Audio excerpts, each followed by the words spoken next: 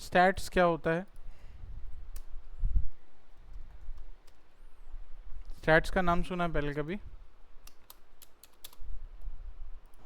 हाँ सर। क्या होता है? सर ये स्टेटिस्टिकल प्रोवाइड करते हैं, जैसे रेशियो में देते ही कंपनी में, जैसे हम लोग फाइनेंशियल ईयर निकालते हैं तो हम लोग को देखने मिलते है कि कहाँ हम लोग इम्प्रूवमेंट करना चाहिए, कितना प्रॉफिट हुआ है, कितना लॉस हुआ है। हम्म, ठीक है। तो ये स्टैटिस्टिक्स बताता है।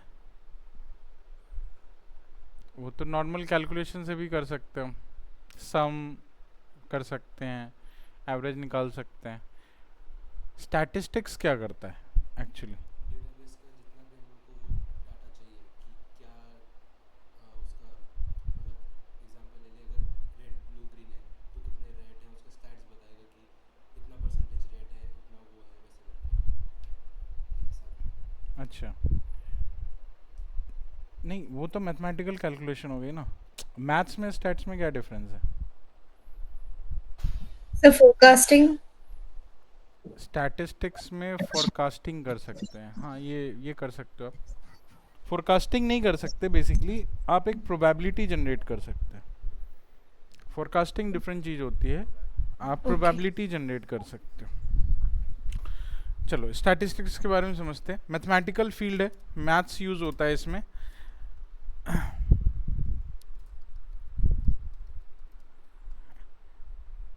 जिसमें कि आप डेटा के पैटर्न्स को रीड करते हैं। स्टैट्स का मतलब ये होता है you will have to read the pattern of data, है ना। मैथ्स पैटर्न रीड नहीं करता, मैथ कैलकुलेशन करता है। स्टैट्स पैटर्न रीड करता है, राइट, कि डेटा के अंदर क्या क्या इन्फॉर्मेशन है, क्या गैप है ना। जैसे अगर पहले भी आपने स्टैटिस्टिक्स पढ़े हैं तो उसमें आपको मीन, मीडियन, मोड, है ना, या उसके जो है स्टैंडर्ड डेविएशंस, ये सारे चीज़ें बताए जाते हैं। मतलब क्या होता है इनका, इससे आप अपने डेटा को जो इंटरनल उसके इंसाइट्स होते हैं उनको समझते हो आप बेसिकली, ठीक है। मैथ से वो चीज़ें नहीं कर पाते हैं, मैथ से हम सिंपली उस पर कैलकुलेशन लगा सकते हैं, बट स्टैट से हम वो सारी चीज़ें उससे जो है नॉलेजेबल चीज़ है, उसकी कुछ इन्फॉर्मेशन है डेटा की, वो फाइंड आउट कर सकते हैं। तो बेसिकली स्टैट्स का काम होता है पैटर्न फाइंड आउट करना, है ना, डेटा के पैटर्न्स को समझना, टू अंडरस्टैंड द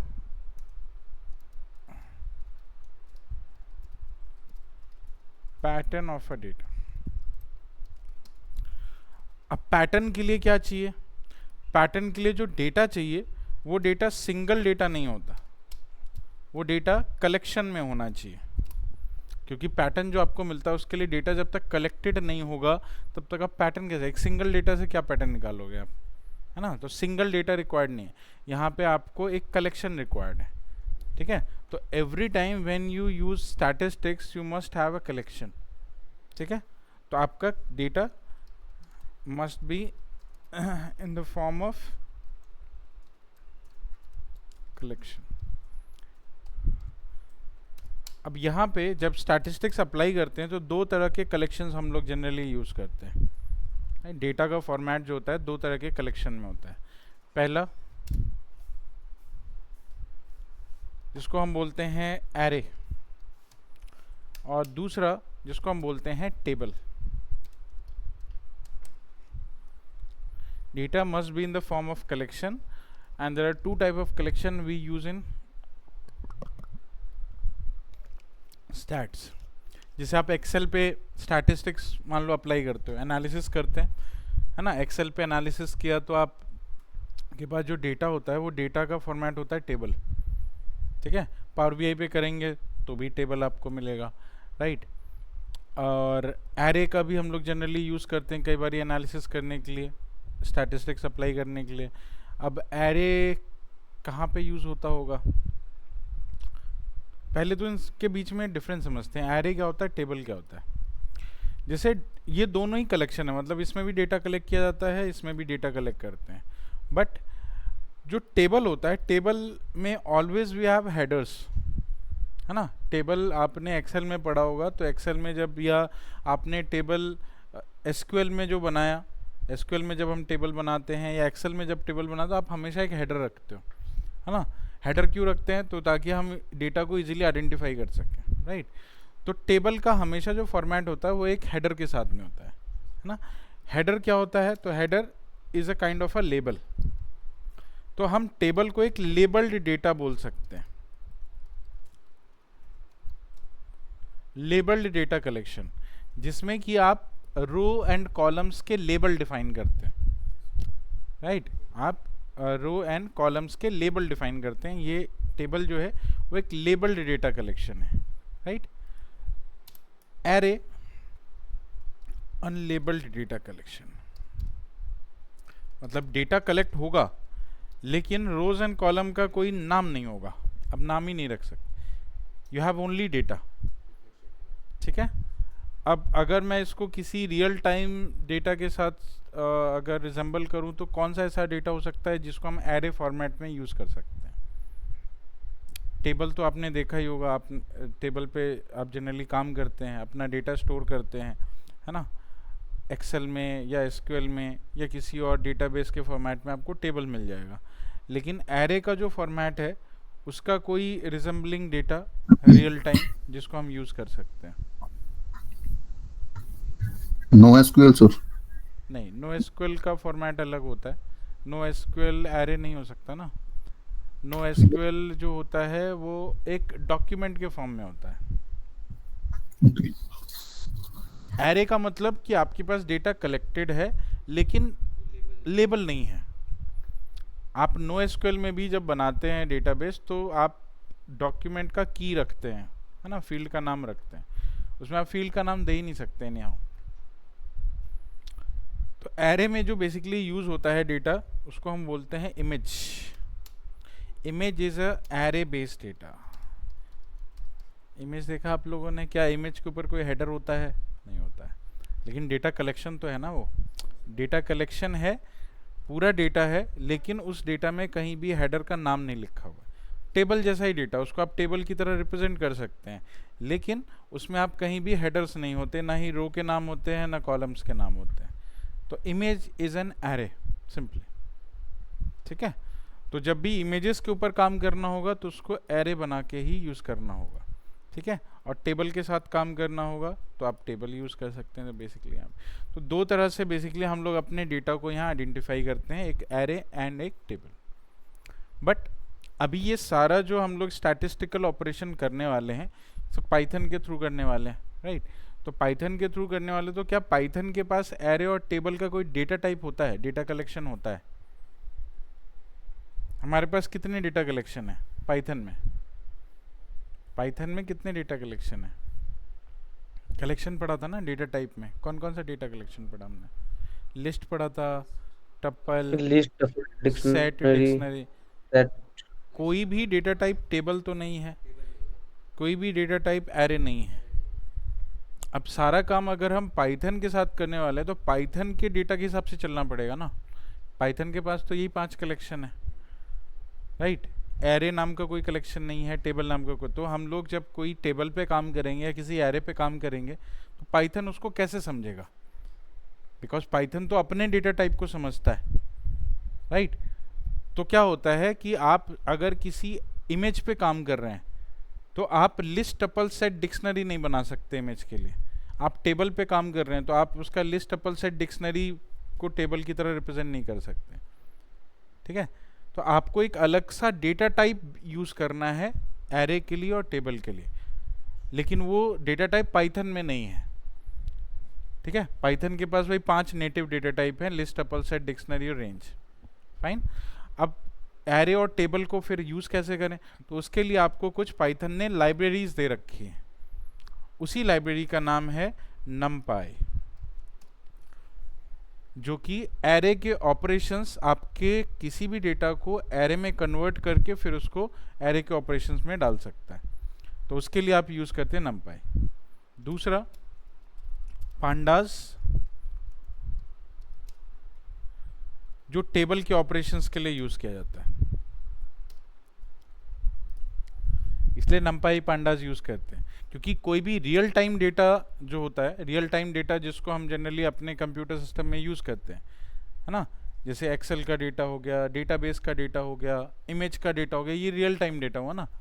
आप इन डेटा को बेसिकली रियल टाइम में यूज़ करते हैं। आप लिस्ट अपल सेट तो रियल टाइम में यूज़ नहीं करते। आप करते हैं क्या हम जो कोई फाइल बनाते हैं क्या उसको हम लिस्ट बना सकते हैं? नहीं। लिस्ट तो एक रिप्रेजेंटेशन है पाइथन की सिर्फ। पाइथन अपने डेटा को लिस्ट अपल सेट डिक्शनरी के डेटा स्ट्रक्चर में समझता है, लेकिन जो नॉर्मल फाइल सिस्टम है उसमें कहीं लिस्ट अपल सेट तो आता ही नहीं है। आप समझे? तो अब हमने कोई डेटा अगर स्टोर कर रखा है, कलेक्ट कर रखा है टेबल में या एरे में, तो उसको पाइथन कैसे समझेगा? ठीक है, तो पाइथन को समझाने के लिए नमपाई और पांडास ने कुछ ऑपरेशंस दिए हैं जिसकी हेल्प से आप एरे और टेबल के डेटा को समझते हो, है ना। या आपका जो प्रोग्रामिंग होता है पाइथन है वो आपके एरे के डेटा को और टेबल के डेटा को समझेगा, उसके ऊपर ऑपरेट कर सकता है, राइट। इसलिए नमपाई और पांडास हम लोग यूज़ करते हैं। तीसरी लाइब्रेरी जो यूज़ करता है आपका पाइथन, मैटप्लॉटलिब फॉर विजुअलाइजेशन, है ना। इसकी हेल्प से वो विजुअलाइज करता है आपके डेटा को।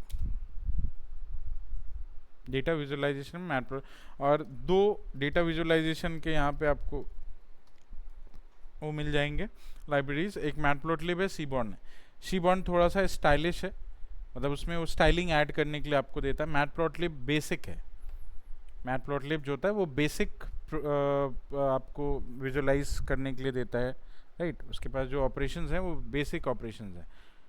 अब सीबॉर्न जो बना है वो बना है मैटप्लॉटलिब पे ही, मतलब क्योंकि बेसिक ऑपरेशन तो मैटप्लॉटलिब ही दे रहा है, बस सीबॉर्न क्या करता है उसमें एक स्टाइलिंग ऐड कर देता है, कलर ऐड करना, है ना, कस्टमाइज करना आपके प्लॉट्स को, ग्राफ्स को, वो सब सीबॉर्न कराता है ताकि वो देखने में अच्छा लगे, है ना। जो मेन पर्पस है किसी भी ग्राफ को दिखाने का वो इन्फॉर्मेशन है ना, और उसका लुक एंड फील है।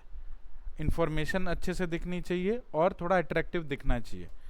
तो इन्फॉर्मेशन तो मैटप्लॉटलिब दिखा देगा, लेकिन लुक एंड फील आपको सीबॉर्न दे सकता है, राइट। इसलिए मैटप्लॉटलिब और सीबॉर्न यूज़ करते हैं। और एक होता है साईपाई। ये जो लाइब्रेरी है इसका काम होता है बेसिकली आपके स्टैटिस्टिकल ऑपरेशन, जो हाई लेवल के स्टैटिस्टिकल ऑपरेशंस हैं, like probability distributions, right, hypothesis testing, आप कई सारे ऑपरेशंस जो आप अलजेब्रिक ऑपरेशन आप करते हैं, वो सारे ऑपरेशन साईपाई से कर सकते हो, हाई लेवल के जितने, ठीक है। Mean median mode standard deviation नमपाई pandas में भी ऑपरेशन डिफाइंड है ना।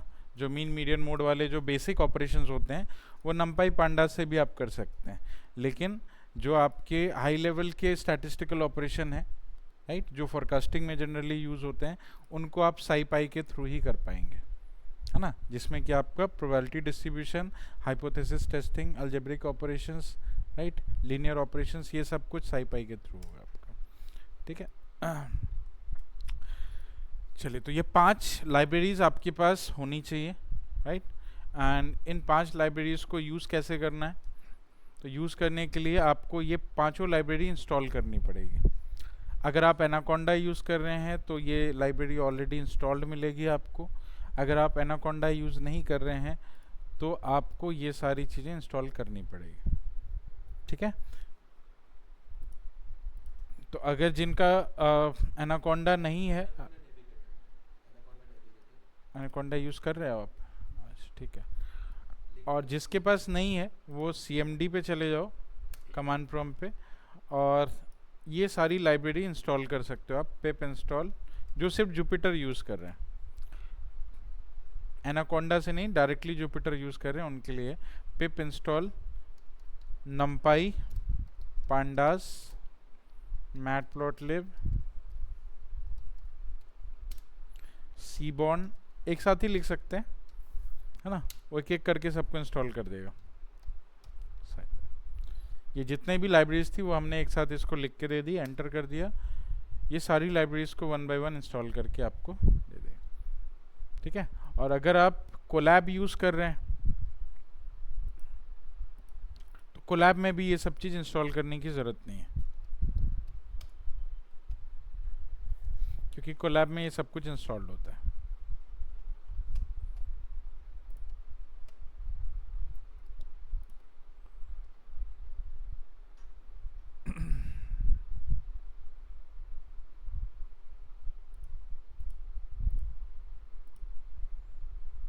ठीक है। सर VS कोड के लिए VS कोड कर रहा हूँ। ये पिप इंस्टॉल कर लो। अगर VS कोड यूज़ कर रहे हैं तो भी आप पिप इंस्टॉल करेंगे। पिप install numpy pandas matplotlib seaborn and scipy सब एक साथ करो, इंस्टॉल हो जाएगा। VS कोड में आप इजीली यूज़ कर पाएंगे।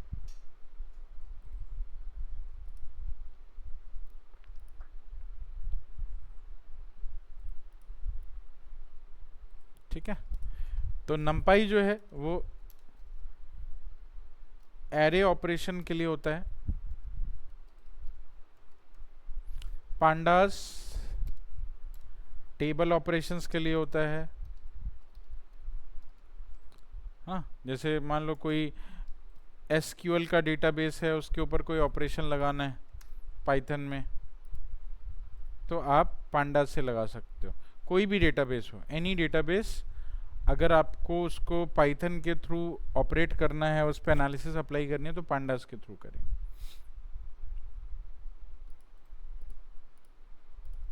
मैटप्लॉटलिब डेटा विजुअलाइजेशन के लिए,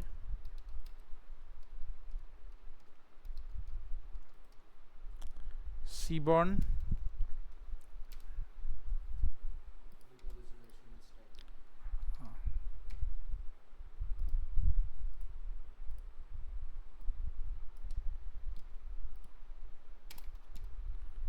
with styling,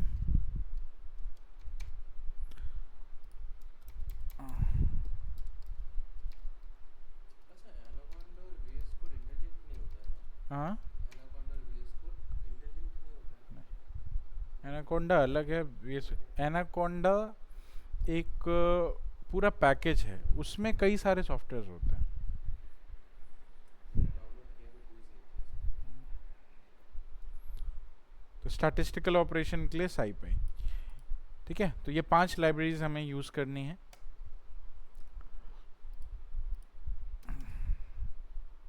ठीक है, मैं अभी कोलैब चला रहा हूँ, कोलैब पे ये करके आपको ये दिखा देता हूँ, है ना, क्योंकि हमने पहले भी आई थिंक कोलैब ही यूज़ किया हुआ है। चलिए, कोलैब में एक नई फाइल हम लोगों ने बनाई, फाइल का नाम रखा स्टैट्स। पहले numpy करते हैं, तो numpy ऑपरेशंस,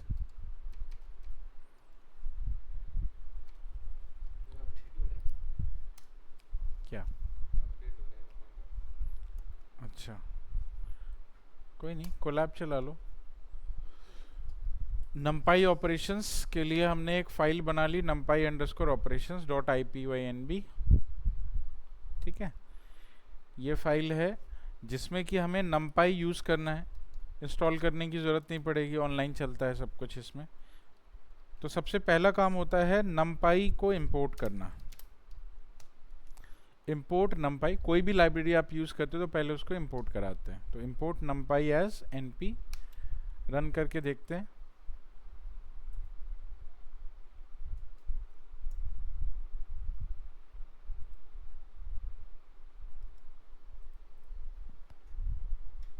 रन हो गया।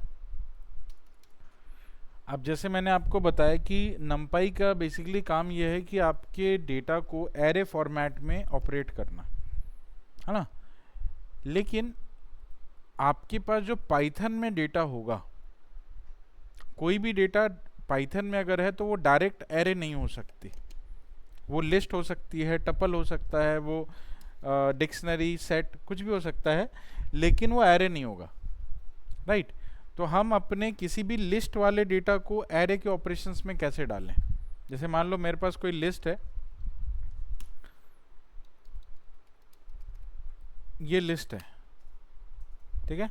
अब लिस्ट वाले डेटा को एरे ऑपरेशंस में कैसे हम लोग यूज़ कर सकते हैं, तो उसके लिए पहले इसको एरे बनाना पड़ेगा। और एरे बनाएगा कौन, numpy। तो numpy का एक ऑपरेशन होता है np.array, pass list into it and you can have array।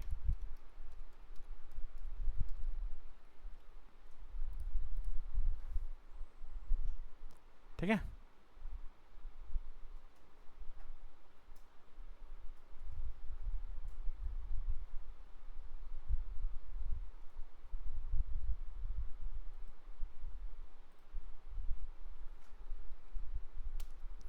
Run करो, आपको एरे मिल जाएगा।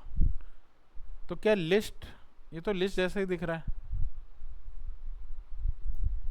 चल रहा है आपका।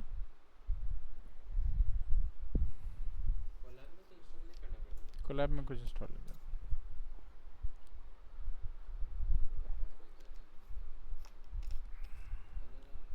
क्या है दिखाओ।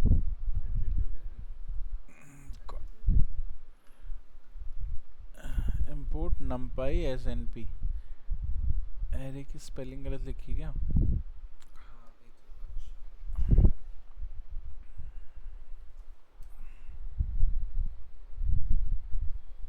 ठीक है। अब लिस्ट में और एरे में विजुअल डिफरेंस क्या, मतलब हम कैसे देख के समझे कि ये एक लिस्ट है या एक एरे है? क्योंकि अगर आप देखो तो ये एरे भी जो है वो सेम ब्रैकेट यूज़ करता है, स्क्वायर ब्रैकेट, ठीक है। तो अगर मैं लिस्ट को प्रिंट कराऊँ और एरे को प्रिंट कराऊँ तो थोड़ा डिफरेंस आपको दिख जाएगा, है ना। डिफरेंस क्या है? कमा का डिफरेंस है। अगर आप लिस्ट को प्रिंट कराते हैं तो इट ऑलवेज हैव अ कमा सेपरेशन इन बिटवीन वैल्यूज़, और इसमें कोई भी कमा सेपरेशन नहीं है, स्पेस के साथ सेपरेट होता है। ये डिफरेंस है।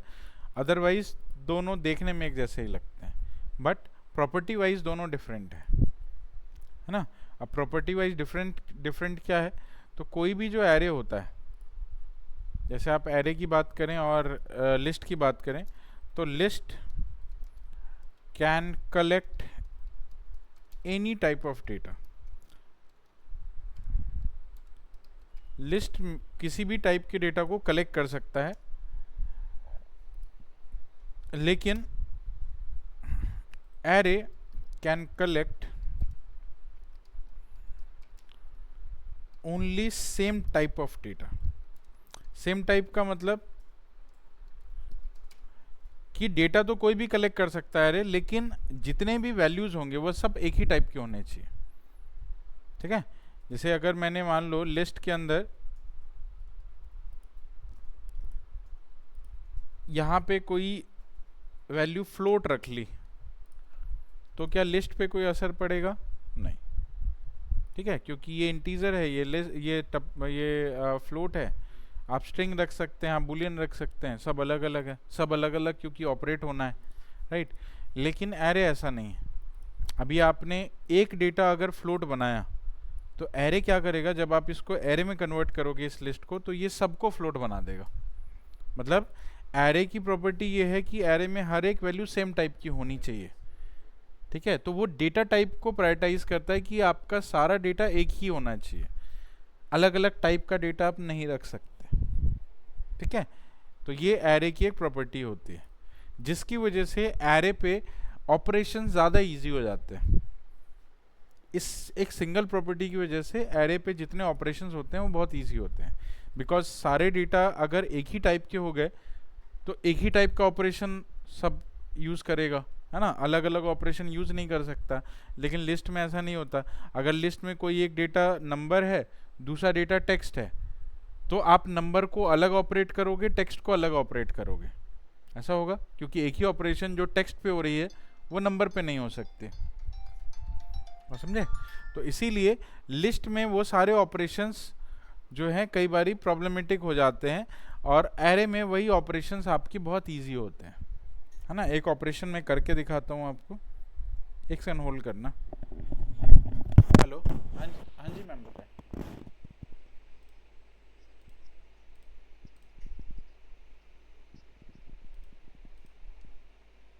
नहीं, सिमुलेशन नहीं हो पाएगा ना, वो हार्डवेयर पे काम कैसे करेंगे?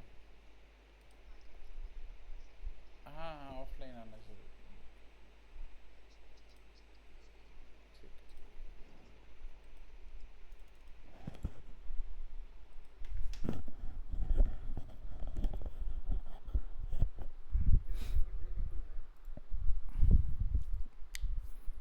ठीक है, क्या नहीं हो रहा? अकाउंट नहीं खुल रहा, तो टाइम लेता है ओपन होना। अपडेट हो गया?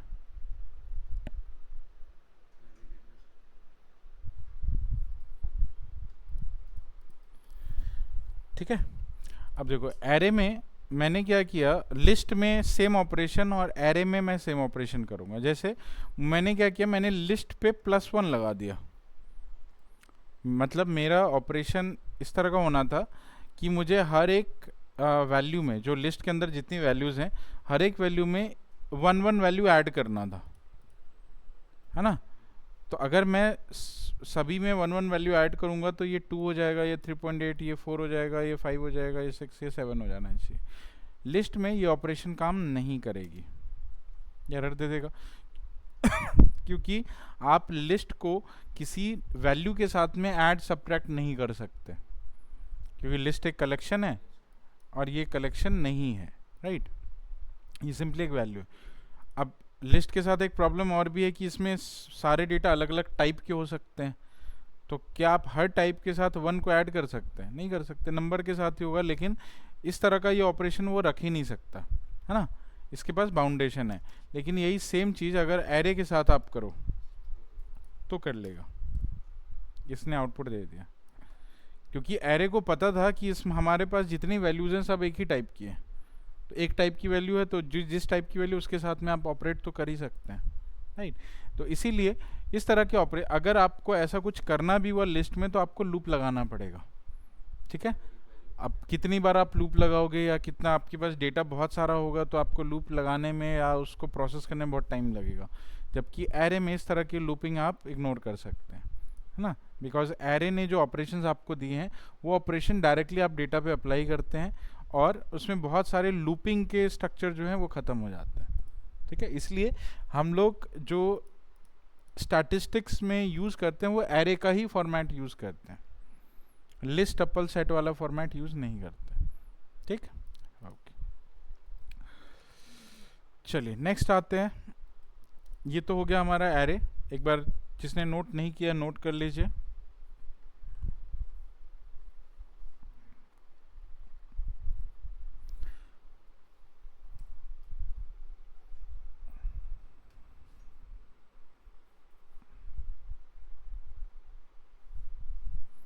अब जो एरे हमने बनाया है उस एरे में जितनी भी वैल्यूज़ हैं उन सभी वैल्यूज़ का एक सिंगल टाइप होगा। अगर मुझे टाइप देखना हो कि हमारे एरे में किस टाइप का डेटा है, ठीक है, एक तो आप अपने वेरिएबल का टाइप देख सकते हैं।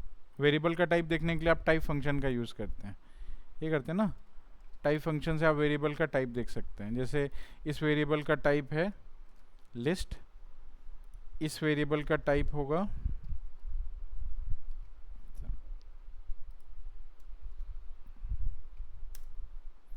एरे, है ना।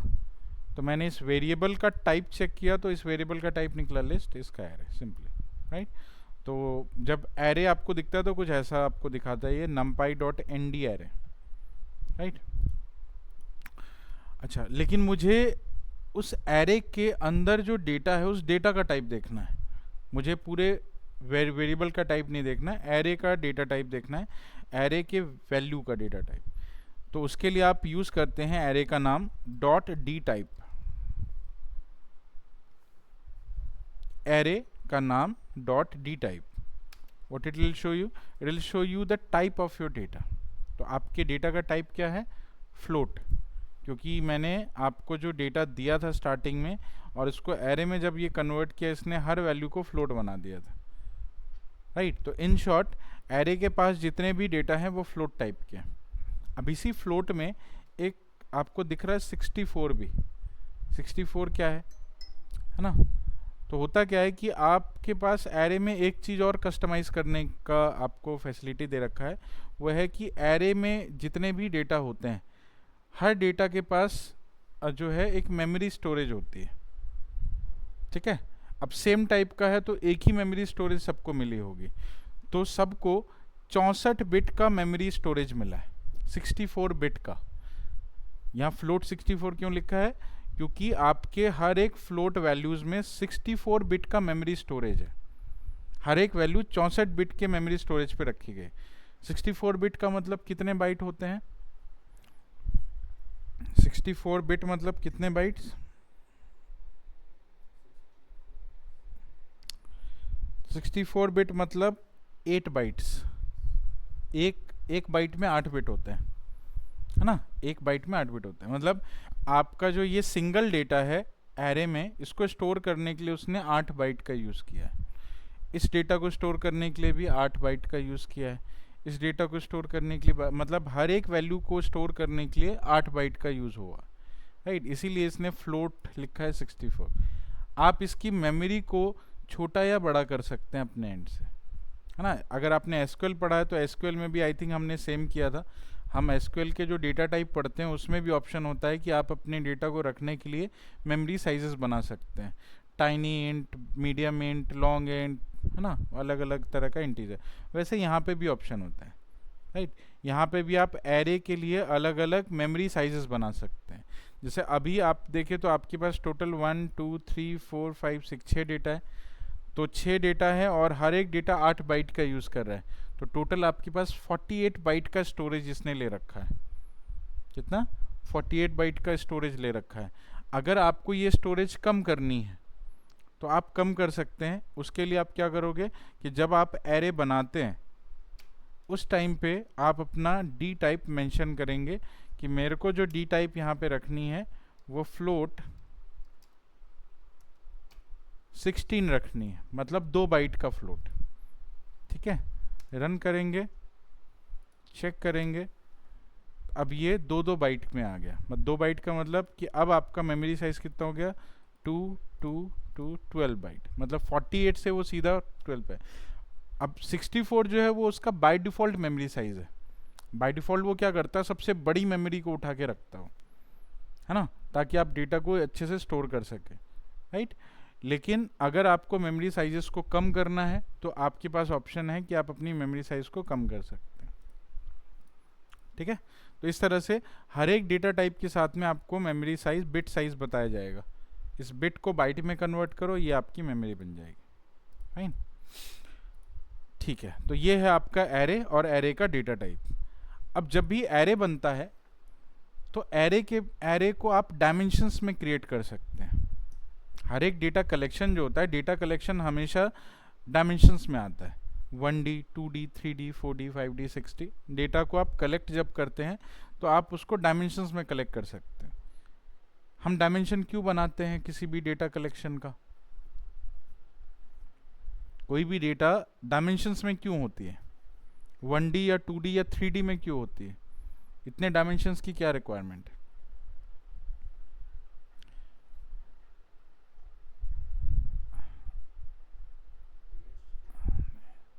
नहीं, देखो क्या होता है, इमेज के लिए नहीं, विजिबिलिटी के लिए। आप कोई भी चीज़ देखते हैं, है ना, तो अगर वो आउट ऑफ साइट हो जाए, कोई भी चीज़ बहुत बड़ी है, अगर वो आउट ऑफ साइट हो जाए तो वो चीज़ आपको सही तरीके से आप उसकी इंफॉर्मेशन नहीं ले सकते। आपको कोई भी चीज़ अगर दिख रही है तो बिल्कुल सामने सामने होनी चाहिए।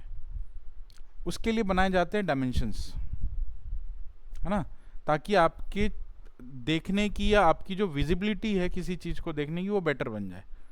जैसे मान लो कि मैं किसी क्लास में पढ़ाता हूँ, मेरी क्लास में लेट्स से 100 स्टूडेंट बैठे हैं। सबको अगर मैंने एक लाइन में खड़ा कर दिया या बोला कि एक लाइन में बैठ जाओ, एक सीधी लाइन में बैठ जाओ, तो मेरी विजिबिलिटी कम हो जाएगी सबको देखने की, है ना। तो मैंने उनको क्या किया, 3 रो बना करके रख दिया कि भाई आप जो है 3 रो में 30-30 करके आप बैठ जाओ। मेरी विजिबिलिटी बढ़ गई सबको देखने की, है ना। तो विजिबिलिटी है 100 स्टूडेंट ही, लेकिन उसको देखने के लिए या उनके विजिबिलिटी के लिए मैंने उसको डायमेंशंस दे दिए। तो कोई भी चीज़ जो डायमेंशन में दी जाती है उसको उसकी विजिबिलिटी के लिए। आप जो इमेज देखते हैं, इमेज 2D में भी होता है, 3D में भी होता है, तो विजिबिलिटी होती है। 2D के इमेज में आपको सिर्फ फ्रंट व्यू मिलता है और 3D के इमेज में आपको बाकी सारे व्यू भी मिलते हैं, फ्रंट व्यू, टॉप व्यू, सारे व्यू दिख जाते हैं, है ना। तो वो आपकी विजिबिलिटी है, राइट। तो 3D में ऑब्वियसली डेटा बहुत सारा होगा, 2D में डेटा कम हो जाता है। अगर आप फ्रंट व्यू देख रहे हैं तो डेटा कम होगा, अगर आपको बाकी सारे डायमेंशंस भी दिखाए जा रहे हैं इसका मतलब और भी डेटा होगा। लेकिन अगर उन सभी डायमेंशंस को आप अलग अलग देखते हैं तो आपकी विजिबिलिटी जो है वो नहीं होती अच्छी। तो इसको सबको कंबाइन करके उसका एक डायमेंशन बना दिया, 3D डायमेंशन। इसी तरीके से 4D डायमेंशन में जाओगे, 5D पे जाओगे, तो वो एक्चुअली में एक विजिबिलिटी के लिए है कि डेटा हमें कैसे देखना है। ठीक है, अब जैसे यहाँ पे अगर मैं बात करूँ कि मुझे जो है इस डेटा को, राइट, यहाँ पे लेट्स से हमारे पास 100 डेटा है, 100 डेटा को अगर मैं एक सिंगल डायमेंशन में देखूँ तो एक साथ मुझे इस तरह देखना पड़ेगा, है ना। अगर 1000 डेटा हुआ तो उसको आप और जितना लंबा खींच सकते हैं, स्क्रॉल करना पड़ेगा आपको। लेकिन अगर उसी को मैंने क्या किया, 50-50 के स्लॉट में डाल दिया, इजी हो जाएगा देखना, राइट। तो बेसिकली विजिबिलिटी ही आपकी डायमेंशंस को क्रिएट करता है। फाइन, समझ आया? ठीक है, इसलिए आप अपना डेटा का डायमेंशन बनाते हैं। अगर मुझे अपने एरे के डेटा को डायमेंशन में क्रिएट करना हो, जैसे अभी जो आपके पास डेटा है, आपके डेटा का डायमेंशन है 1, है ना। लेकिन अगर मुझे 2D डायमेंशन का डेटा क्रिएट करना हो एरे में, तो आप कैसे करेंगे? तो उसके लिए आप यूज़ करेंगे, पहले हम लिस्ट ही बनाते हैं। लिस्ट के अंदर लिस्ट 4-5 लिस्ट ले लिया मैंने, लिस्ट के अंदर लिस्ट रखा है मैंने 5, 6, 4, कोई भी वैल्यू आप ले सकते हैं रैंडमली। सिर्फ मुझे डायमेंशंस बताने हैं आपको कि डायमेंशंस कैसे होते हैं। ठीक है, तो ये जो मैंने आपको कलेक्शन दिखाया, ये कलेक्शन है 2 डायमेंशन में। ठीक है, अब 2 डायमेंशन में कैसे है, तो अगर आप डायमेंशंस की बात करें तो अगर आप 1D बोलेंगे, 1D में क्या होता है, 1D is a collection of data values. 1D जो होता है वो डेटा वैल्यूज का कलेक्शन होता है। जैसे इसमें वैल्यूज कलेक्ट किए हैं आपने। 2D किसको बोलते हैं, तो 2D is a collection of, 2D is not the collection of values, 2D is the collection of 1D। 2D क्या करता है, 2D 1 डायमेंशन के डेटा को कलेक्ट करता है। 3D क्या करता है, तो 3D 2D को कलेक्ट करता है, कलेक्शन ऑफ 2D। जब आप अपने लोअर डायमेंशंस को कलेक्ट करना स्टार्ट करते हो तो हायर डायमेंशन बन जाता है। ठीक है, तो सबसे लोअर डायमेंशन 1D है, तो 1D ने डेटा को कलेक्ट किया, और 1D को जब हमने कलेक्ट करना स्टार्ट किया तो वो 2D बन गया।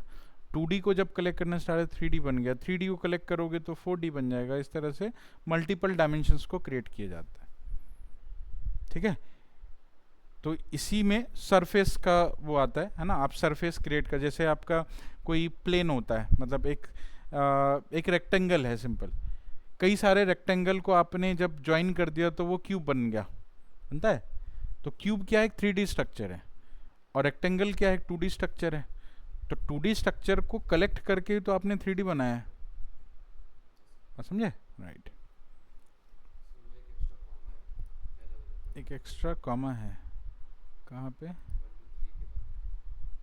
वो उससे कोई फर्क नहीं पड़ता ना, नहीं वो कुछ नहीं करता उसमें। डबल कमा नहीं होना चाहिए, अब डेटा के बाद कमा लगा के छोड़ सकते हैं। हाँ, कुछ भी नहीं, वो करेगा ही नहीं कुछ, मतलब उसको कोई फ़र्क नहीं पड़ेगा। ठीक है, तो ये हमारी लिस्ट हमने बनाई, इसको हम एरे बना के देखते हैं, np.array।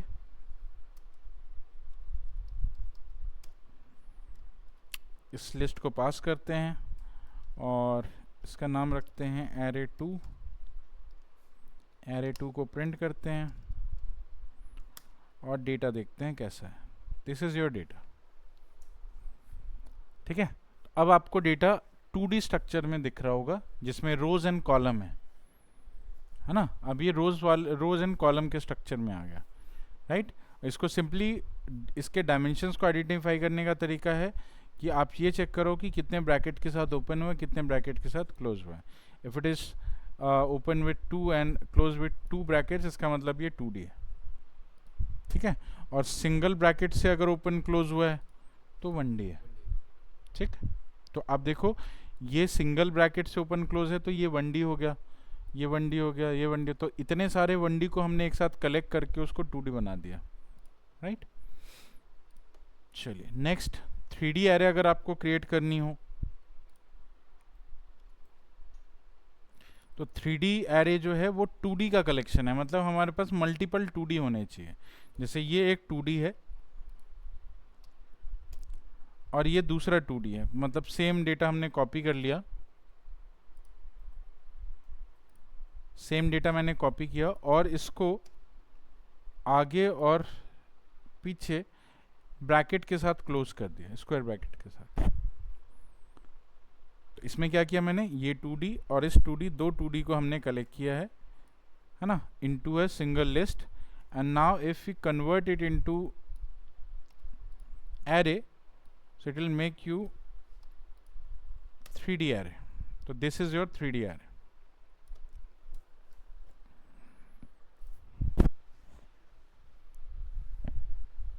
ठीक है, और जनरली हम लोग 3 डायमेंशन तक ही अपने डेटा को यूज करते हैं, है ना। 4 डायमेंशन या 5 डायमेंशंस डेटा के लिए एप्लीकेबल नहीं है। इमेजेस के लिए एप्लीकेबल हो सकता है लेकिन एक्चुअल डेटा के लिए एप्लीकेबल नहीं है, राइट। तो इसीलिए हम लोग 1, 2 और 3 ये 3 डायमेंशंस को हम लोग जनरली यूज करेंगे, राइट, एरे में। अब ये जो डायमेंशंस हैं इन डेटा के, इन डायमेंशंस को भी आप चेक कर सकते हैं कि आपके डेटा का डायमेंशन क्या है। जैसे मुझे ये चेक करना हो कि एरे का डायमेंशन क्या है, तो आप ndim यूज कर सकते हैं, ndim, arr.ndim। दूसरा arr2.ndim, ये ndim जो है वो डायमेंशन बताता है। कोई भी एरे आपने स्टोर किया किसी वेरिएबल में, उसका अगर आपको नंबर ऑफ डायमेंशन देखना हो तो आप यूज करेंगे ndim। रन करेंगे, तीनों को प्रिंट भी करा सकते हो आप, यहाँ प्रिंट करा लो। तीनों को अगर मैं प्रिंट कराता हूँ तो तीनों के ही आउटपुट आपको दिखेंगे। अगर तीनों प्रिंट नहीं कराते तो सिर्फ लास्ट वाला आपको आउटपुट दिखता है। ये जुपिटर का है वो फीचर, ठीक है। अब यहाँ एरे का एंडिम क्या है 1, एरे 2 का एंडिम क्या है 2 और एरे 3 का एंडिम क्या है 3, मतलब ये नंबर ऑफ डायमेंशन बता रहा है, ठीक है। तो जो मैंने एरे बनाया था सिंपल एरे, वो 1 डायमेंशन का है। जो 2D एरे बनाया तो ये 2 डायमेंशन का आपको वहाँ दिख गया, और 3D एरे बनाया तो वो 3 डायमेंशन का दिख गया, ठीक है। तो हर एक एरे का अपना अपना डायमेंशन हो सकता है, और डायमेंशन सिंपली डेटा की विजिबिलिटी के लिए होता है, राइट। अब देखो यहाँ से यहाँ तक का डेटा मैंने देखा, और भी डेटा जितना बड़ा हो जाएगा उसको आपको देखने में उतनी प्रॉब्लम आएगी, लेकिन जब आप इसको डायमेंशन में क्रिएट करेंगे तो डेटा इजीली आप देख सकते हो एक्चुअली, ठीक है।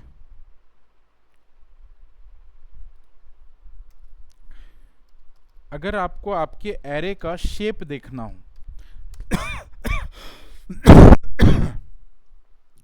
शेप क्या करता है, तो शेप आपको रोज एंड कॉलम के बारे में बताता है, कितने आपके डेटा में कितने रोज एंड कॉलम है, ठीक है। जैसे मुझे नया कोड बना लेते हैं, प्रिंट करना हो arr.shape,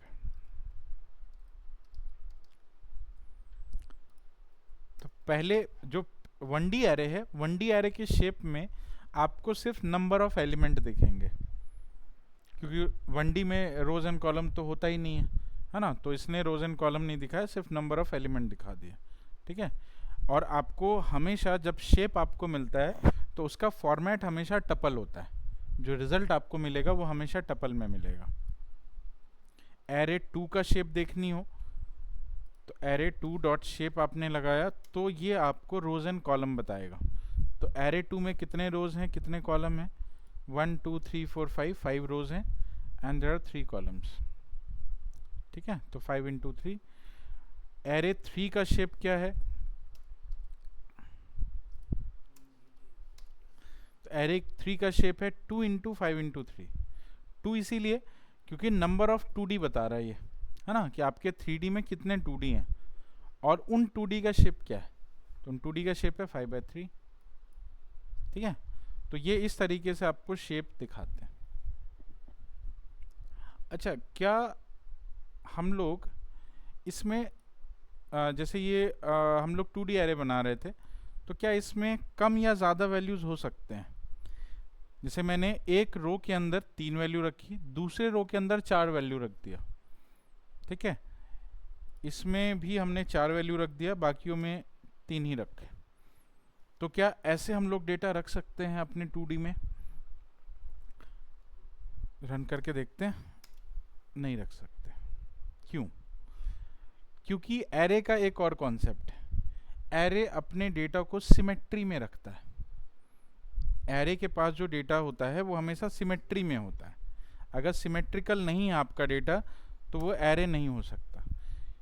तो आप देखोगे कि जितने भी एरे के रिजेंबलिंग डेटा होते हैं, जैसे इमेज की हम बात कर रहे थे, इमेज क्या है? एक एरे है। तो अगर आप इमेज में कोई एक रो ज़्यादा कर दो, कोई एक रो कम कर दो, या उसके नंबर ऑफ एलिमेंट ज़्यादा या कम कर दो, तो इमेज कभी भी सिमेट्री में नहीं दिखेगा आपको।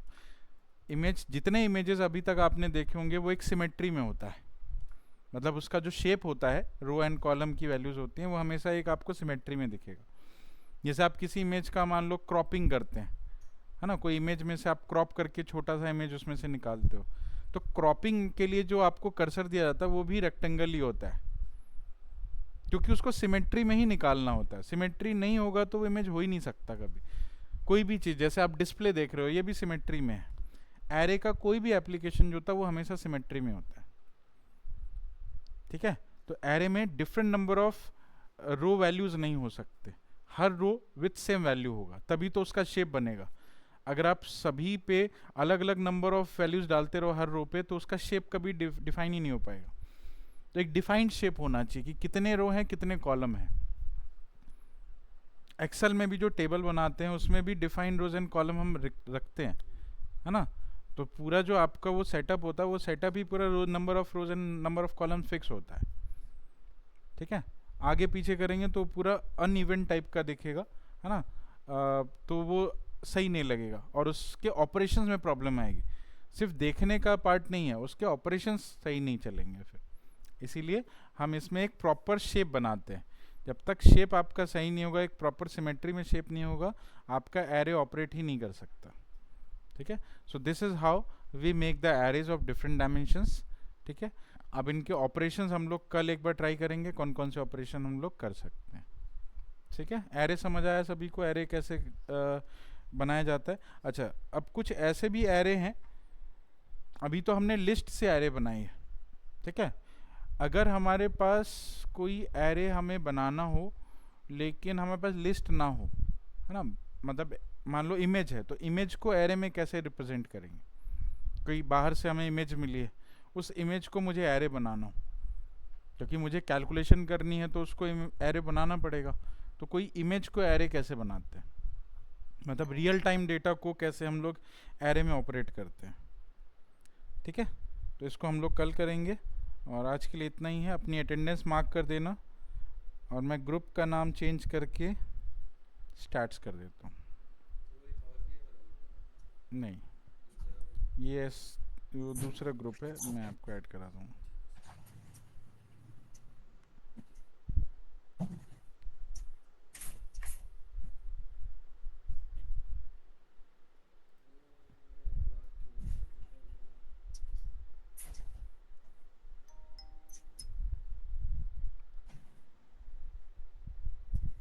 ठीक है, चलो।